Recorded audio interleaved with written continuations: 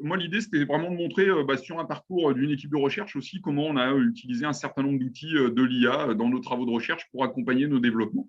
Et pas uniquement de l'apprentissage avec les techniques que l'on a vues, mais d'autres outils également de l'IA. Alors, est-ce que ça… Pardon, excusez-moi. Voilà, je rebascule sur mes slides. Ouais, ça… Est-ce que vous voyez les vidéos? Oui, c'est bon. Donc là, c'est simplement pour introduire un petit peu les enjeux que je présente. C'est vrai que les travaux qu'on conduit dans l'équipe de recherche Robios concernant la robotique, c'est des travaux qui s'inscrivent naturellement dans les nouvelles robotiques. Donc, un petit historique de la robotique, on voit bien qu'en fait, après 40 ans de robotique industrielle dans les années 60 à 2000, où le robot s'est substitué à l'homme pour tous les travaux pénibles et répétitifs dans l'industrie manufacturière, au début des années 2000, a apparu une nouvelle robotique, la robotique de service, où le robot est sorti de l'environnement manufacturier pour venir assister l'humain dans son environnement. Et puis en 2010, on voit que les premiers robots sont apparus, les robots collaboratifs. Donc on est passé d'une robotique cloisonnée en environnement manufacturier pendant 40 ans à une robotique décloisonnée. Et on voit bien toute la nécessité de pouvoir justement, avec cette robotique décloisonnée, prendre en compte la variabilité des tâches et surtout utiliser peut-être l'IA pour appréhender la complexité de l'environnement et la complexité des tâches et l'autonomie des robots dans ces environnements ouverts.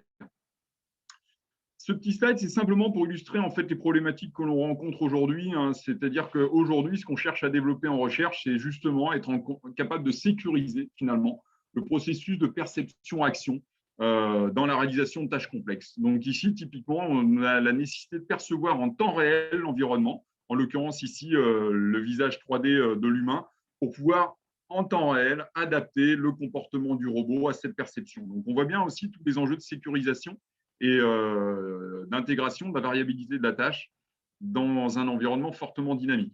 Je passe ces slides-là, ça c'est simplement quelques éléments factuels qui montrent comment robotique et IA peuvent s'associer et puis répondre à un certain nombre d'enjeux d'assistance à l'humain pour accroître l'efficacité au travail, des enjeux de formation et puis des enjeux qui vont permettre demain d'accompagner la production d'emplois. Un Schumpeter, à une époque, en 1933, parlait de destruction créatrice.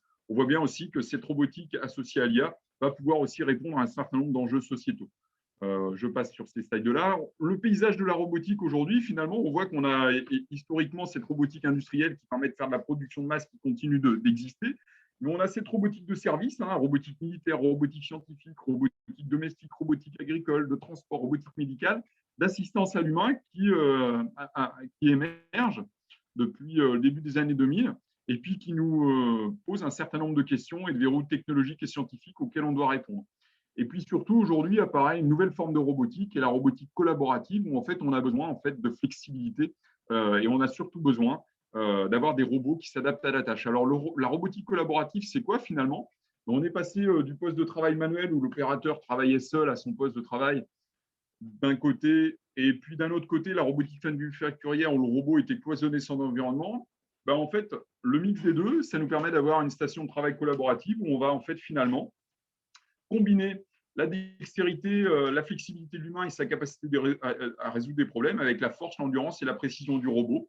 Et donc, de fait, le robot collaboratif devient un partenaire dans cette nouvelle robotique collaborative. Les enjeux, c'est naturellement avec cette robotique collaborative, ce n'est pas de remplacer la robotique industrielle classique, mais c'est plutôt justement d'assister l'humain dans son environnement en répondant à des enjeux de flexibilité, d'adaptation du robot à son environnement. Je passe ces types de robotique collaborative. Il y a différents modes de collaboration au sens de l'ISO. Aujourd'hui, la robotique collaborative, c'est un certain nombre de robots, de cobots qui sont développés sur la scène commerciale, qu'on voit ici en photo, qui illustrent cette robotique collaborative et qui vont être en interaction directe avec l'humain. Donc, des robots qui sont limités en force et en vitesse et qui vont permettre finalement de fournir un troisième bras, une troisième main à l'opérateur humain. Et ça nécessite naturellement d'être capable de répondre à cette variabilité de la tâche. Alors, on va aussi, quand on va intégrer un cobot à côté de l'humain, naturellement, et c'est ce qu'on fait au niveau de l'équipe, un petit aparté, prendre en compte l'analyse des risques en fonction justement des tâches à réaliser, de l'effecteur que le robot va apporter. On va prendre en compte le confort biomécanique de l'humain dans son environnement et le confort cognitif de l'opérateur. Donc, on travaille aussi dans ce contexte-là, naturellement, avec les collègues biomécaniciens et les collègues du CERCAS sur les aspects cognitifs aquatiques. On voit bien que le robot, pour interagir avec son environnement, il a besoin d'avoir une interface universelle. L'humain, il a la chance d'avoir des mains, on parle de la dextérité de la main humaine. Aujourd'hui, la main humaine, c'est le préhenseur le plus évolué qui permet de s'adapter à une grande variété de tâches. Si on regarde la robotique, aujourd'hui, les robots industriels, ils sont tous spécialisés, dédiés à un certain nombre de tâches cibles, les robots de soudage, les robots de peinture, les robots d'assemblage avec des préhenseurs parfois multilots complètement spécialisés. On voit bien que cette robotique collaborative elle a besoin d'avoir des préhenseurs beaucoup plus flexibles. C'est pour ça que l'on développe aussi aujourd'hui des mains robotiques à haut niveau de dextérité. On voit bien sur cette roadmap qui a été établie il y a quelques années la nécessité justement à un horizon aujourd'hui d'une dizaine d'années, puisque le rapport date de 2014, de pouvoir développer de nouveaux préhenseurs flexibles, adaptatifs, qui vont être capables d'être intégrés à ces bras collaboratifs pour assister l'humain dans son environnement et s'adapter à une grande variété de tâches.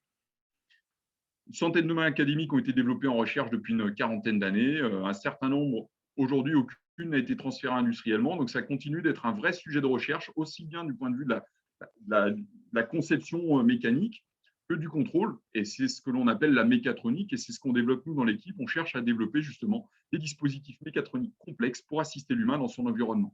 Et ces mains-là sont des dispositifs mécatroniques complexes. Quelques mains commerciales qui sont développées. Et on voit bien aujourd'hui que les enjeux, c'est finalement d'accroître la flexibilité des robots grâce à ces nouveaux types de préhenseurs et simplifier leur design. Quelques préhenseurs commerciaux que l'on voit ici. Le plus évolué que l'on voit en dessous, qui est la main de Shadow ici, c'est une main qui finalement est simplement capable de faire de la saisie adaptative, mais qui n'est pas capable d'avoir un contrôle coordonné des doigts pour pouvoir manipuler finement un objet à l'intérieur de la main. Donc ça, c'est des enjeux auxquels on cherche à répondre aujourd'hui. Pour illustrer mon propos, on voit ici que typiquement sur la main qu'on a développée et qui avait été présentée à l'époque, alors ça c'est la main sur laquelle j'ai travaillé dans mes travaux de thèse, j'utilisais finalement sur cette main un contrôleur qui utilisait la logique floue pour calculer le couplage non linéaire du pouce, qui permettait de prendre en compte le comportement réel de la transmission, et puis des réseaux neuronaux. En fait, alors les réseaux neuronaux, comme l'a dit Laurent tout à l'heure, le point d'entrée pour moi ici, ça n'a pas été des images, mais ça a été finalement l'allongement des câbles de transmission et qui m'a permis de concevoir un contrôleur en effort. Donc, j'ai construit un set d'apprentissage basé sur l'allongement des câbles de transmission et en sortie l'effort. Et ça me permet en temps réel, finalement, d'évaluer les efforts de serrage grâce à ces réseaux neuronaux. Alors, pourquoi les réseaux neuronaux ici dans ce complexe? Parce qu'une approche basée modèle ne me permettait pas de construire un modèle suffisamment fin en raison des non-linéarités fortes de la transmission par câble et surtout d'un couplage lié à la transmission par câble qui venait en plus me coupler mes non-linéarités. Ce qui fait qu'une approche basée modèle ici n'était pas capable de me produire et de modéliser le comportement réel de la transmission. Donc, application au contrôle ici, logique flux neuronaux qui m'ont permis, sur ces systèmes non linéaires, de pouvoir garantir la robustesse du contrôle et faire du contrôle un effort avec une main mécanique qui était le siège de non-linéarité. Ça, c'est la dernière main qu'on a développée, qui a été fait l'objet d'un certain brevet en 2014, qu'on a présenté ici au salon SPSIPC à Nuremberg. Là, j'utilise en fait des algorithmes évolutionnaires. Alors, système expert, j'ai utilisé à la base CLIPS, en l'occurrence, qui est un système expert développé par la NASA, mais aujourd'hui, surtout, pour faire de la synthèse de prise d'objets complexes. J'utilise en fait une approche qui me permet, avec des algorithmes génétiques, de faire de l'optimisation multicritères avec des critères hétérogènes. Et donc, l'approche basée AG ici me permet finalement de synthétiser des prises adaptées et optimisées au regard d'un certain nombre de critères des métriques que l'on utilise en robotique. Donc, application des algorithmes génétiques à la synthèse de prise dans ce contexte-là et qui permet de fiabiliser la saisie d'objets complexes. Autre approche intéressante, donc ça c'est une approche que j'ai développée dans le cadre du projet ANR-CIAN avec une doctorante, Camille Misera. Et en fait, ici, on a utilisé les algorithmes génétiques pour faire la synthèse dimensionnelle d'un préhenseur dédié à l'archéologie sous-marine. Ce préhenseur marin, en fait, il cherche à reproduire ici une taxonomie de prise de l'archéologue plongeur. L'archéologue plongeur, quand il prélève des épaves en grande profondeur sur des bateaux, finalement, il opère une vingtaine de prises caractéristiques et en fait, on a utilisé, paramétrer complètement la conception de manière à pouvoir reproduire la taxonomie d'une vingtaine de configurations de prises. Et là, on utilise pour cette synthèse dimensionnelle une approche qui est basée aussi sur les algorithmes génétiques pour pouvoir paramétriser et complètement synthétiser le préhenseur d'un point de vue dimensionnel. Et c'est ce qu'on a fait dans le cadre du projet. Et le préhenseur va être testé bientôt. Là, il est aujourd'hui, il sera en fin de semaine sur le bateau Merlin inauguré à Marseille au MUSEM dans le cadre de ce projet ANR. On voit aussi, donc là j'ai utilisé un certain nombre de vidéos aussi d'autres collègues, c'est des choses qu'on développe aussi dans la communauté robotique, détection de l'intention. Ici on voit un robot PR2 qui va échanger un objet avec un opérateur, donc on va pouvoir aussi utiliser des techniques de l'IA pour pouvoir détecter l'intention de l'opérateur. d'autres éléments aussi. Alors là, c'est de la saisie d'objets déformables, donc 3D d'objets déformables. Donc là, on a des approches basées modèles, mais on va aussi pouvoir, donc avec un maillage élément fini d'objets mous, on va pouvoir aussi utiliser des approches basées IA justement pour faire de la saisie d'objets déformables, d'objets complexes. Ici, des travaux qui sont aussi faits par les collègues du CEA sur de la saisie d'objets avec des incertitudes géométriques dimensionnelles. On va pouvoir robustifier la saisie dans ce contexte-là. Donc vraiment des problématiques préhension d'objets et sécurisation de la saisie en robotique que l'on rencontre assez communément. Ici, de la manipulation aussi à deux mains avec retour tactile, où là, on va pouvoir, lorsque les modèles ne sont pas suffisamment fidèles, utiliser des approches basées IA dans ce contexte-là pour sécuriser l'interaction du robot avec son environnement. Alors aussi, un problème qu'on trouve de manière assez générique en robotique, hein, et c'est une vraie problématique en robotique, c'est les conditions lumineuses qui sont variables et souvent la pose de l'objet qui est variable. Et donc là, on va pouvoir, par apprentissage, justement, et en utilisant des CNN, je vais avoir une petite vidéo tout à l'heure derrière de travaux d'une thèse sur lesquels j'étais rapporteur, où on va pouvoir justement, grâce à des approches CNN, synthétiser des prises robustes sur un certain nombre de sets d'objets. Et ça, c'est dans ce contexte-là. Alors, ça, c'est intéressant. Alors là, c'est les limites. Je l'ai mis cette vidéo-là. Je suis désolé, je vous embête avec le son. Cette vidéo-là, c'est une approche finalement où là, l'IA n'est pas forcément intéressante, puisque là, on a le modèle réel inverse du robot, et on va utiliser l'IA pour, avec une commande articulaire, pouvoir amener le robot à une configuration cartésienne souhaitée. Donc là, c'est typiquement une situation où l'approche basée IA n'est pas forcément intéressante, puisqu'on a le modèle réel et on a un modèle qui est finalement suffisamment fidèle et ne nécessite pas d'utiliser des approches basées IA dans ce contexte-là, et avec un coût computationnel qui sera moins faible pour le coup sur l'approche basée modèle dans ce contexte-là. Par contre, ici, on voit typiquement une application où l'IA prend tout son sens. C'est une application, en fait, on va chercher à classifier un certain nombre d'objets. Donc là, c'est de la classification non supervisée d'images. Et on va utiliser justement ces techniques de réseaux neuronaux convolutifs pour pouvoir catégoriser, classifier ici des outils et les ranger dans 3 boîtes différentes. Donc ça, c'est vraiment des techniques qui sont intéressantes dans ce contexte-là, et on va pouvoir mettre en situation la synthèse de prise et surtout une stratégie de classification adaptée. Donc là, c'est vrai que c'est des résultats qui sont très intéressants pour la communauté robotique. Une autre approche aussi, alors là, qui est assez coûteuse en temps de calcul, mais c'est vraiment les problématiques que l'on rencontre aujourd'hui. Alors, ça nécessite aussi naturellement un coût computationnel élevé. Hein. Là, c'est une base de données de 10 000 objets différentes qui s'appuie sur la numérisation des nuages de points de l'ensemble des objets, surtout différentes poses pour chaque objet, du deep learning, et qui va permettre justement de pouvoir synthétiser des prises en utilisant cet apprentissage profond et synthétiser des prises adaptées de différents objets après. Ça, c'est vraiment aussi pour répondre à des problématiques de débraquage. Alors là, aujourd'hui, on est sur un cas simple, puisque là, on voit bien qu'on a une pince à 2 doigts. Les problématiques aujourd'hui que nous, on cherche à aborder dans l'équipe et sur lesquelles on est en train de travailler actuellement, et on va aussi mettre en œuvre ces techniques-là, c'est plutôt du multi-finger, multi-doigt, multi-contact, et surtout des objets complexes. Et surtout, on va chercher à produire des saisies, nous, que l'on appelle stables, des saisies qui respectent une propriété, qui est la propriété force closure. Et donc là, c'est beaucoup plus complexe dans ce contexte-là, avec des préhenseurs qui sont des préhenseurs multi-doigts. On va chercher à faire de la saisie adaptative multi. On voit aussi tout l'intérêt aussi de pouvoir utiliser l'IA dans ce contexte-là. On va pouvoir naturellement, dans un contexte de sécurisation de l'interaction aux machines, donc ça, c'est une thèse CIFRE que j'ai accompagnée avec le crypte informatique sur le site du Fluoroscope, où on va justement analyser le risque en temps réel à partir de la captation des mouvements de l'humain. Et on va quantifier le risque opérateur en fonction d'un certain nombre de critères, de métriques. Et puis, donc, de fait, l'IA va être intéressante, puisqu'on va aussi pouvoir, dans ce contexte-là, prédire le risque à partir de la prédiction du mouvement de l'humain, qui sera basé finalement sur l'enregistrement des données d'interaction humain-robot dans la cellule. Et donc, ça, c'est une petite illustration aussi des travaux qui pourraient être intéressants à conduire dans ce contexte-là.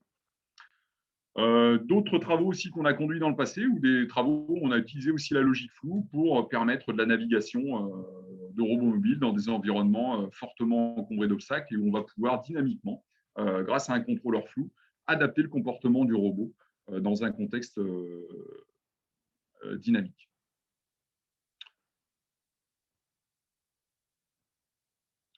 Donc voilà un petit peu les éléments que je voulais vous présenter aujourd'hui. Je pense qu'au niveau du timing, je vais être juste dans les temps.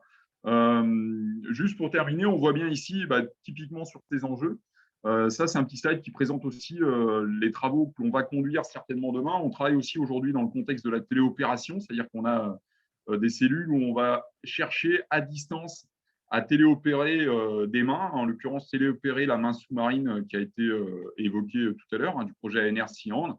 En fait, les problématiques complexes que l'on va avoir à produire, c'est à partir d'un mouvement de main opérateur sur le bateau. Comment est-ce que je mappe ce mouvement de main opérateur sur la main sous-actionnée du projet ANR Cyand, c'est une main à 16 articulations, mais 6 actionneurs, et comment à distance je configure cette main. Donc là, on voit bien aussi que l'IA va pouvoir être intéressante pour mapper un mouvement qui peut être un mouvement bruité, donc le classifier, ce mouvement de l'humain, et surtout, en sortie, générer une configuration de prise sur un préhenseur qui ne sera pas anthropomorphique dans ce contexte-là. Donc on voit bien aussi tous ces enjeux de téléopération et de robustification, finalement, du contrôle de nos robots sur des problématiques de téléopération.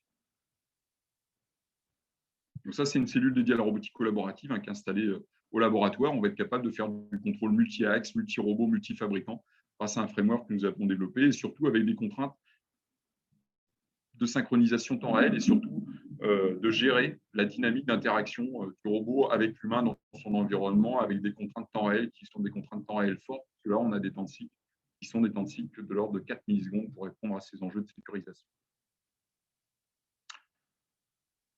Donc, je vais terminer ma présentation. J'ai essayé de faire court. J'ai zappé un certain nombre de choses que je dis habituellement. L'idée, on voit bien, c'est qu'on a des enjeux en fait, d'utilisation des algorithmes de l'IA, aussi bien au niveau de la conception, puisqu'on va pouvoir utiliser, on a beaucoup utilisé justement des algorithmes évolutionnaires dans ce contexte-là, des enjeux au niveau du contrôle, on a pas mal utilisé aussi les réseaux neuronaux, les enjeux architecturaux, avec finalement, pour nous, roboticiens, l'IA qui va nous permettre d'accroître la flexibilité et puis surtout la robustesse de nos stratégies d'interaction de nos robots avec l'environnement pour justement prendre en compte cette variabilité des tâches en robotique dans des environnements qui sont fortement dynamiques. Voilà, je vous remercie de votre attention. Si vous avez quelques questions. Merci Jean-Pierre. Une présentation très riche. Alors, il se trouve que sur tes transparents, il y avait le logo AI for Industry. Donc ça, c'est un événement dont on reparlera, qui a déjà eu lieu 2 fois, si je me souviens bien, et où la 3e édition est en cours de préparation. Je pense que tu n'en as pas parlé, mais il y a je crois pas, il y a le R4 aussi, qui est le réseau régional de recherche en robotique, auquel vous participez. Oui, j'ai pas eu le temps de mettre les logos, j'aurais bien aimé. Mais en fait, on parlera de tout ça vendredi dans le cadre de la dernière session de la semaine où moi je présenterai un petit peu les actions qui sont envisagées dans le cadre de ce réseau sur l'IA et où on parlera des liens avec d'autres initiatives et notamment AI for Industry et puis le R4 ou Naya Air aussi, dont s'occupe aussi Olivier Ly et plein d'autres gens et qui sera une manifestation en fin d'année qui permettra aussi de faire un bon lien entre IA et robotique. Si quelqu'un a une question à poser à Jean-Pierre ou une remarque à lui faire, on peut le faire, prendre quelques minutes. Vas-y, Jenny. Oui, Jean-Pierre, merci beaucoup pour votre exposé, vraiment très, très riche et intéressant. Il s'avère que nous avons une collaboration actuellement avec les gens de l'INSIA, que vous connaissez peut-être, les biophysiciens, sur les prothèses donc, des membres supérieurs assistés par la vision. Donc, et vous aussi, j'ai vu que vous utilisez donc les modalités visuelles pour guider vos robots. Par contre, ce que je perçois dans vos démonstrations, que vous avez encore des scènes qui sont, comme on dit, les toy examples, c'est-à-dire assez simples, avec un objet qui est posé dans un environnement très clean. Est-ce que vous avez pensé à l'utilisation des eye trackers, que les personnes qui manipulent son bras donc, puissent être en quelque sorte que son intention soit captée par le eye tracker. Alors, j'ai travaillé un peu là-dessus avec un eye tracker qui s'appelle le Eye Tribe. Alors, il y a les Toby, parce qu'on travaille un peu là-dessus avec les collègues du CERCA pour détecter l'intention sur un certain nombre de sujets. Avec les collègues là, du CERCA, on a travaillé sur l'effet Simon, sur la propagation motrice, c'est-à-dire comment un acteur humain est influencé par un autre acteur humain. On a essayé de reproduire ça avec un robot. Mais c'est vrai que c'est une très bonne remarque, oui, tout à fait. Alors, c'est vrai que l'eye tracker peut aussi être un élément intéressant sur l'intention. Alors, la difficulté, c'est qu'il faut que l'eye tracker soit porté sur le front de l'opérateur. Enfin, voilà, c'est toute la difficulté. Effectivement, c'est assez invasif puisqu'on met l'eye tracker sur la tête de la personne. Mais oui, c'est une très bonne remarque, oui, tout à fait. On a travaillé là-dessus avec les collègues du CESEM il y a quelques époques qui utilisaient des algorithmes de régression, c'était le LWPR, et pour faire du reach and grasp. En fait, c'est une approche connexionniste aussi qui permettait de calculer simultanément pour faire de la prise d'objet, la configuration du bras et la configuration de la main. Et c'est vrai que c'était des approches qui étaient intéressantes, puisque là, pour le coup, on avait comparé, on a fait un article d'ailleurs là-dessus avec Célim à l'époque, les collègues du CESEM, où on a montré aussi la différence, enfin, l'intérêt, finalement, pour le reach, on a utilisé une approche basée connexionniste avec le LWPR. Et pour le grasp, finalement, on a utilisé les algos de synthèse de prise de la main que j'ai développé à l'époque, puisqu'on était plus précis avec les algos de synthèse de prise qu'on avait développés côté P', mais pour le coup, pour la configuration du bras, c'était hyper intéressant d'utiliser l'approche basée vision, détection justement de la position du regard sur ces problématiques-là. Mais c'est une très bonne remarque, oui, tout à fait. Oui. Bon, parce que nous avons développé, si tu veux, un réseau guidé par attention, mais cette fois-ci, c'est l'attention visuelle, donc avec la méthode de Wooding pour isoler les prédictions des cartes initiales. Et ça serait intéressant de voir si vous avez des travaux comme ça aussi, parce que le contexte applicatif de robotique, il est assez particulier dans ce Ouais, c'est sens. très intéressant. Ouais. Ok. Ouais, tout à fait. Très intéressant.